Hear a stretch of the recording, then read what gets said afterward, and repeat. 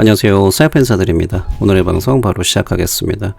자, 오늘은 전반적으로 만약에 XRP가 미국 소송에서 결과가 좋지 않으면은 그 월스트 시나리오를 몇 가지 같이 살펴보실 건데요.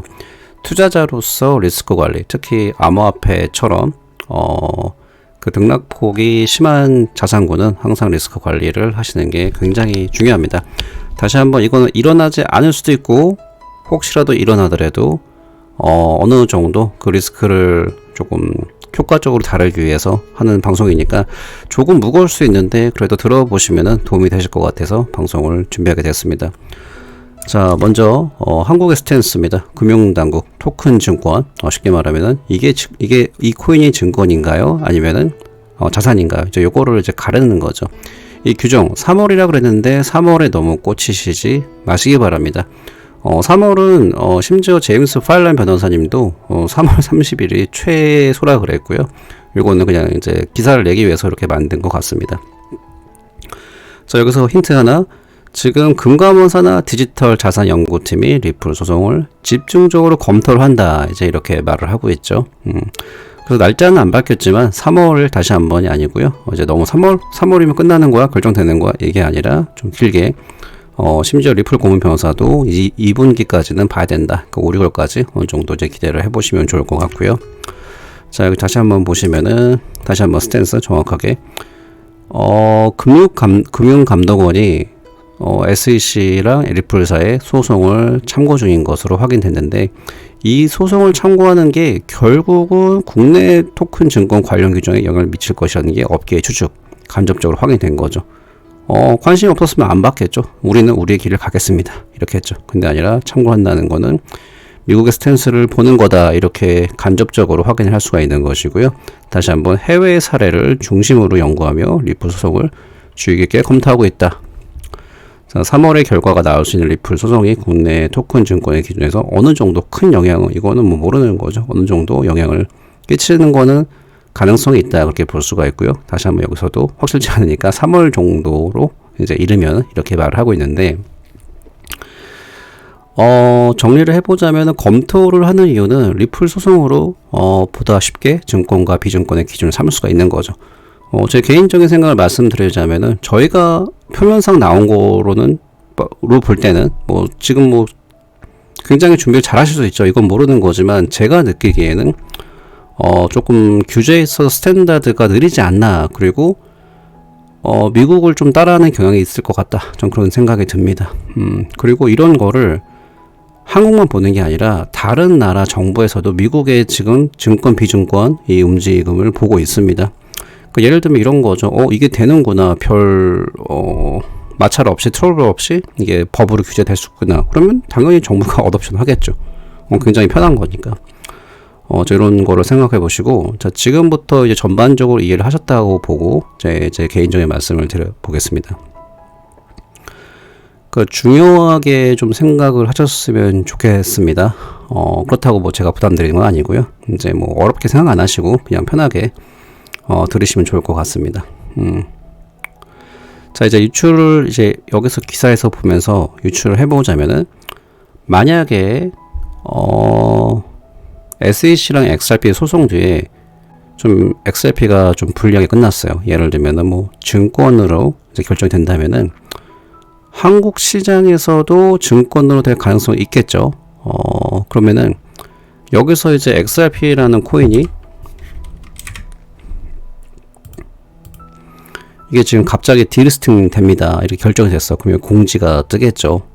그러면은 어떻게 하실 건가요? 제가 오늘 이제 드리고 싶은 말씀이 이거였는데, 이거를 어느 정도 준비를 하고 안 하는 거랑은 차이가 많습니다. 상황이 왔을 때. 그때 리플이 200원 갔을 때, 700~800원 가다 200원 갔을 때, 그때 던지신 분들이 굉장히 많거든요. 그럼 제가 예를 들어보면은, 만약에 여기 공지가 떴어요. 안내. XRP, 코인에 대해서, 디리스팅을 하게 되었습니다. 이런 공지가 떴다고 가정을 한다면은, A. 끝이다. 귀찮다. 나는 그냥 손절해버리겠습니다. 여기까지입니다. 이럴 수가 있겠죠.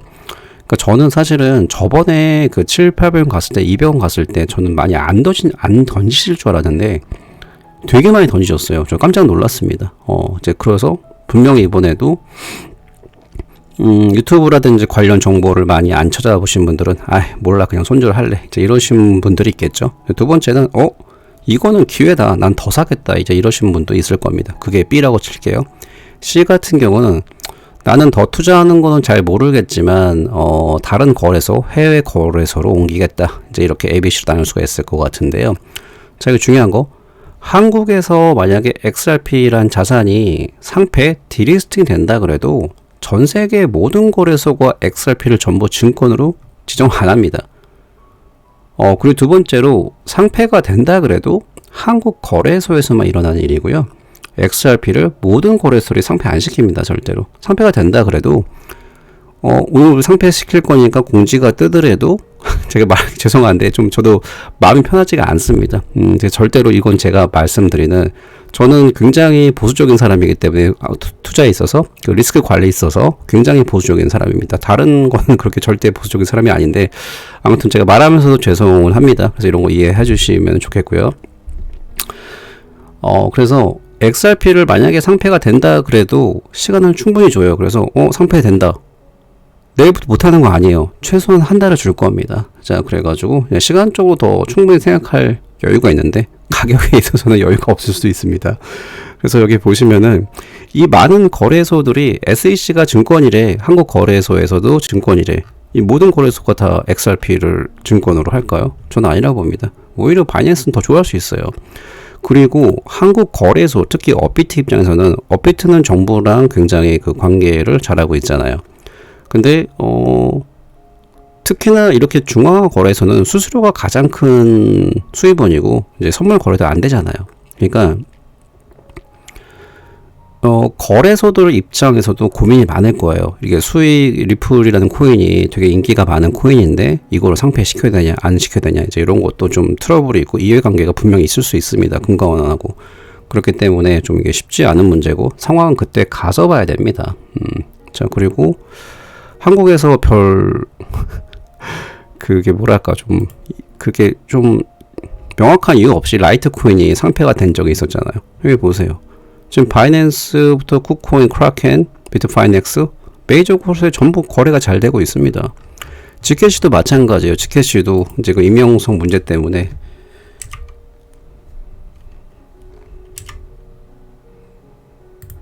(65일) 랭크가 되어 있고요. 저기 거래소를 보면은 굉장히 많이 그대로도 있잖아요. 그래서 이런 거를 보시면은 이게 제가 예측을 하는 게 아니라 이런 데이터가 남아 있습니다. 그래서 한국에서 만약에 상폐가 된다 그래도 다른 거래소 무조건 다 전부 다 모든 기준이 SEC가 아닙니다. 이런 거는 꼭 생각해 보시면 좋을 것 같고요. 좀 정리를 해보자면은 결론은 아직은 소송이 어떻게 될런지 모릅니다. 그렇죠? 단지 제가 지금 말씀드리는 거는 월스 시나리오를 다시 한번 알고 투자하냐 아니냐 이제 그 차이를 제가 말씀드리고 싶고요. 소송이 좋게 끝날 수도 있습니다. 현재의 모습으로 보면은. 그리고 XRP가 만약에 증권된다. 다른 코인들 멀쩡할까요? 다른 코인들도 찍으면은 지금 탑 10에 있는 코인들도 증권이 될 수 있습니다. 그러니까 심지어 지금 바이낸스 BUSD도 지금 증권이라고 지금 이제 소송을 할까 말까 하고 있잖아요. 그래서 다시 ABC를 본다면은 이제 끝이다, 손절이다, 기회를 더 삼아 산다. 그냥 나는 모르겠고 일단은 다른 거로서 옮기겠다. 이렇게 되면은 이 정도까지 제가 의견을 드렸으면은 본인들이 어떻게 하실 건지 그때 만약에 상황이 오면은 이제 결정은 본인의 몫이다 이렇게 말씀드릴 수가 있습니다. 참고로 하시고요. 지금 시장이 나빠 보이지 않잖아요. 이렇게 괜찮아 빨간불이 좀 들어오는데 비트코인 페어로 가면은 이렇게 좀 사실은 파란 게 더 많죠. 자, 그래서 비트 도미넌스가 올라가면은 비트코인이 가격이 상승하고 비트 가격이 떨어지면 알트는 더 떨어집니다. 그래서 현재는 비트가 제가 헤징으로는 좋다 이제 말씀드렸고요.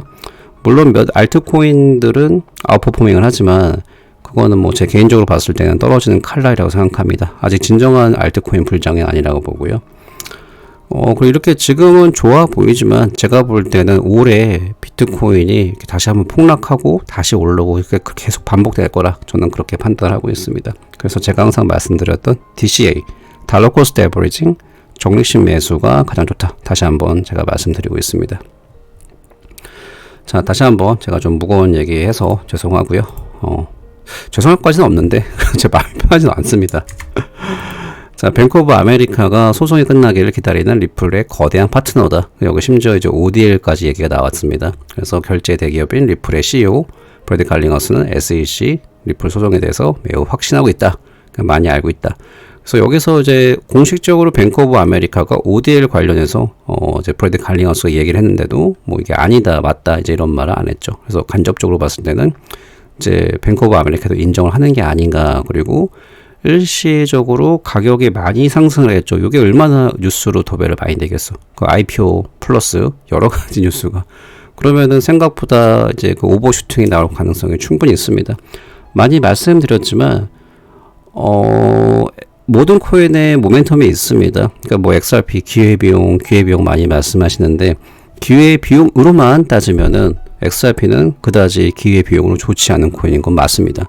그런데 그렇다고 다른 코인에 투자하셔가지고 돈 벌었다는 장담은 전혀 없습니다. 실제로 비트코인으로 어느 정도 포지션 갈아탔다. 이거는 이해가 갑니다. 근데 다른 알트코인 투자했다가 잃으신 분도 엄청 많아요. 이건 제가 하나 말씀드리고 싶었고요. 다시 한번 어떤 코인인지 간에 상승 모멘텀이 있다. 그리고 XRP는 상승 모멘텀이 항상 있어 왔다는 점 기억하시기 바랍니다. 자, 참고를 하시고요. 잠시만요. 자, 커피 한잔 하겠습니다.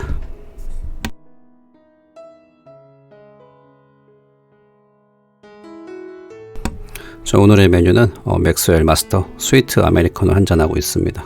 요즘에 이런 말 하기도 부담스럽습니다. 좀 약간 욕먹을 것 같아가지고. 자, 농담입니다. 자, 여기 보시면은 루슬린 레이턴이라는 분이 hitman 스피치 다큐멘터리에 관해서 액세스를 청원하기 위해서 개입을 신청했습니다. 그래서 이제 역시 hitman 스피치가 가장 SEC의 발목을 잡고 있는 거죠. 자, 그래서 이분인데요. 루슬린 레이턴 박사님이 이제 여기 개입하시기 위해서 이렇게 얘기를 했는데, 저도 이제 뭔가 봐야겠다. 그래가지고, 이분이 이제 포브스에서 올린 글인데요. 이 SEC가 왜 리플과 이더리움 다르게 취급한 이유. 그래서, 좀 자세히 봐야겠다. 그랬는데, 볼 수가 없습니다. 더 이상 액세스가 안 되고 있고요. 이것 때문에 지금 트위터에서 말이 굉장히 많이 오가고 있습니다. 이렇게까지 한 이유가 뭘까요? SEC가 앞에서는 뭐 강한 척 하지만 지금 그만큼 힘의 스피치가 큰 약점입니다. 그리고 그만큼 리플사가 디펜스를 매우 잘하고 있다. 이렇게 보시면은 저는 그렇게 판단을 하고요. 앞에서는 강한 척을 하는데 뒤에서는 이런 페이지가 더 이상 이제 액티브하지 않습니다. 이게 포브스가 그냥 지우지는 않았을 것 같고요. 당연히 이제 SEC나 다른 그룹에 압력이 있어서 이렇게 지우지 않았냐. 또 소송한다 그랬지 않을까요? 자, 이래가지고 지금 이런 상황 제가 말씀드리고 있습니다. 플랜 B가 요즘에 유튜브를 시작했더라고요. 저도 이제 영상을 시간 날 때 한두 개 봤는데, 이번에 봤을 때는 지금 비트코인이 불마켓이다, 시작됐다, 이렇게 말을 하고 있는데, 유튜브에 플랜 B 치면 나올 거예요. 그래서 이거 도움이 되신다 싶으면 보시면 될 것 같고요. 어느 정도는 그래도 참고해도 되지 않을까. 자, 이렇게 제가 말씀을 드리고 있습니다. 자, 이런 기사를 보고 트위터에서 굉장히 많이 나왔는데요. 리플 그 소송에 있어서 XRP가 소프트웨어 코드임을 인정하게 만들었다, 승리했다, 이제 이렇게 좀 되게 많이 잘못 알려졌습니다. 그래서 여기 보시면은 또 다른 승리 소식에서는 좀 뒤에는 리플이 증권 및 거래 수수료를 성공적으로 획득해서 리플이 소프트웨어 코드, 증권이 아니라 소프트웨어 코드라는 거를 최종적으로 인정할 수 있었다, 이제 이렇게 말하는데, 요즘에 제가 XRP뿐 아니라 다른 암호화폐에도 투자를 하기 때문에 기사를 보면은 찌라시가 굉장히 많습니다. 그래서 요즘 예전에 한두 번 필터링하면 이게 맞구나, 이게 틀리구나 그러는데, 요즘은 찌라시가 정말 많아요. 근데 그게 이유가 있습니다. 그러니까 암호화폐가 예전보다 인기가 떨어졌잖아요. 그래서 미디어 입장에서는 어쨌든 간에 트래픽을 최대한 많이 발생을 하게 되는데, 암호화폐 관심도 사람들이 많이 떨어졌으니까. 근데 그게 힘든 거죠. 그래서 좀 저도 좀 이게 맞나 아닌가 볼 때가 많이 있습니다. 존재튼 변호사님도 이렇게 지금 여기에 대해서 이런 기사가 하도 많이 도니까 이제 말을 하시는 거죠. 영어로 잠깐 하는 게 더 편할 거 저도 이해 좀 하겠습니다. 여기서 말하고 있잖아요. 액면 그대로 믿지 말라. grain of salt. 그러니까 조심해서 봐란 말인데, 이제 여성분들도 화장한 거랑 안 한 거랑 죄송합니다. 제가 지금 원택을 방송하다 보니까 아닙니다. 한국 여성분들 다들 많이 이쁘시죠? 자, 액면으로 보지 말라는 거고요. 그 다음에 한국말로 하는 게 더 편할 건가? 자, 여기 보세요. 그 기사에 대해서 말하는 건데, 나는 XRP에 대한 완전한 승리를 선언하지 않았다. 왜 기사 그렇게 쓰냐 이렇게 말을 하는 거죠. 그래서 하지만 그 기사에 어느 정도 말은 맞는 게, XRP 자체가 단순히 소프트 코드라는 거를 너희들이 인정해라, 증권이 아니라. 그래서 SEC가 인정하도록 우리가 도왔다. 자, 이렇게 이 정도로 정리를 하는 게 맞을 것 같습니다. 자, 이렇게 참고를 하시고요. 요즘에 기사가 많이 나오더라도 스스로 이게 맞나 아닌가 그거 그대로 믿지 않으시는 거 좋을 것 같습니다. 자, 이제 SEC가 금융기관 암호화폐 투자 더 까다롭게 만든다. 그 개인이 아니라 헤지펀드나 이제 투자 자문사들이 고객의 자산들을 이제 운용을 할 때 더 이제 강화된 기준이고요. 4대 1로 이제 투표를 해가지고 신규 규정을 통과시켰는데, 결국은 제가 저번에 말씀드렸잖아요. 이렇게 SEC가 본인들이 말한 자격을 갖춘 자산 수탁 관리자에는 은행 신탁회사 브로커들로 본인들이 많이 가져가서 누가 SEC가 허락 안 하면 못 해준다, 이런 스탠스를 보여주는 거죠. 그리고 제가 어저께 말씀드렸잖아요. 이렇게 보시면은 이번에 투표위에서 여기 보시면은 4대1로 규정을 통과시켰는데, 이런 말이 필요도 없는 거고, 사실은 벌써 진행이 된 거잖아요. 근데 굳이 여기서 반대표를 던졌다, 해스펄스가. 그래서 지금 좀 나는 이게 너무 빠른 것 같다, 이런 말 하는데, 이런 거 말 자체가 필요가 없습니다. 그렇죠? 그래서 제가 볼 때는 SEC는 다 똑같은 사람이다, 저는 그렇게 생각을 합니다. 자, 오늘의 방송 좀 무거운 것도 있었는데 도움이 되셨으면 하고요. 오늘의 방송은 여기서 마무리하겠습니다. 감사합니다.